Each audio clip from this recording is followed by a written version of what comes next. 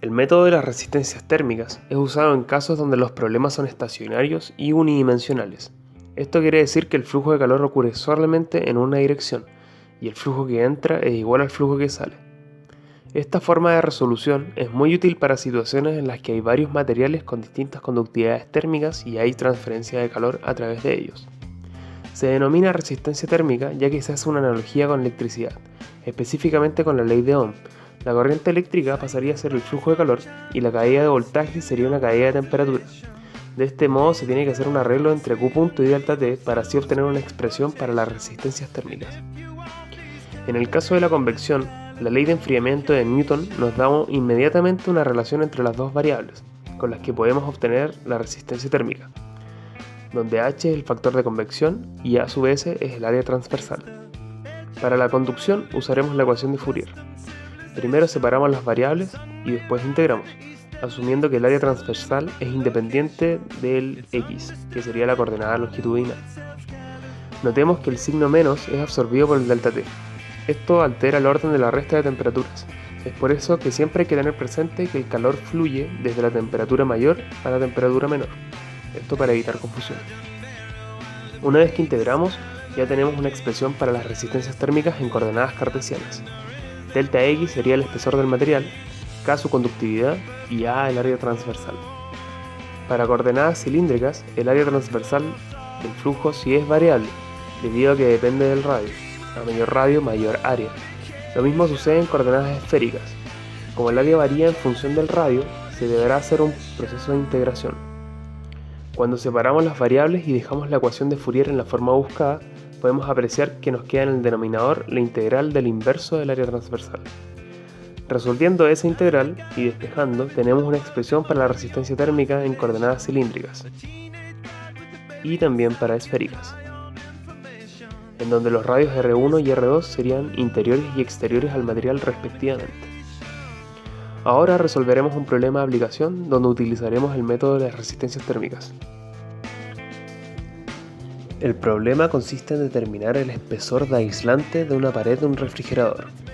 La pared está construida por una capa de fibra de vidrio, que es el aislante, encerrada entre dos hojas metálicas de 1 milímetro de espesor. Se tiene como condición que la temperatura en la cara externa del refrigerador tiene que ser de 20 grados Celsius para así evitar la condensación. Como dato nos entregan las temperaturas externas e internas del refrigerador, 24 y 2 grados Celsius respectivamente, los factores de convección, que serían 9 watts partido metro cuadrado para el exterior y 4 watts partido metro cuadrado para el interior, y las conductividades térmicas del aislante, 0,035 watts partido metro por grado Celsius, y de las hojas metálicas, 15,1 watts partido metro por grado Celsius. Lo primero que tenemos que considerar para este problema es que el flujo es estacionario, debido a que las temperaturas en los extremos se asumen constantes, como también son constantes las conductividades y el área transversal. En segundo lugar, también podemos apreciar que el flujo de calor es unidimensional, de modo que podemos aplicar resistencias térmicas para solucionar este problema. Planteando el sistema de resistencias térmicas, tenemos 5 resistencias en total. La primera sería la resistencia por convección externa, después vendría una resistencia de pared, después una resistencia de aislante, seguida por otra resistencia de pared, para finalmente tener una resistencia de convección interna.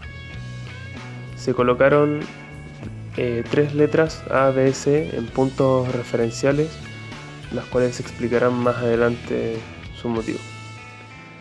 Calculando las resistencias térmicas, tenemos que la resistencia de convección externa sería 1 sobre A por 9, donde A es el área.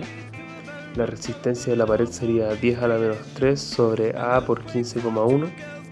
La resistencia del aislante sería L sobre A por 0,035. Y la resistencia de la convección interna sería 1 sobre A por 4. Planteando las ecuaciones, como el flujo es estacionario, tenemos que el flujo de calor entre A y D es el mismo flujo de calor entre B y C. Por tanto, las ecuaciones de transferencia de calor con resistencias térmicas se aplican en esos dos puntos y se igualan. Entonces la diferencia de temperatura entre A y B sobre la resistencia térmica de convección externa tiene que ser igual a la diferencia de temperatura entre B y C sobre las resistencias que están en ese camino, que serían las dos resistencias de la pared más la resistencia del aislante más la resistencia de la convección interna.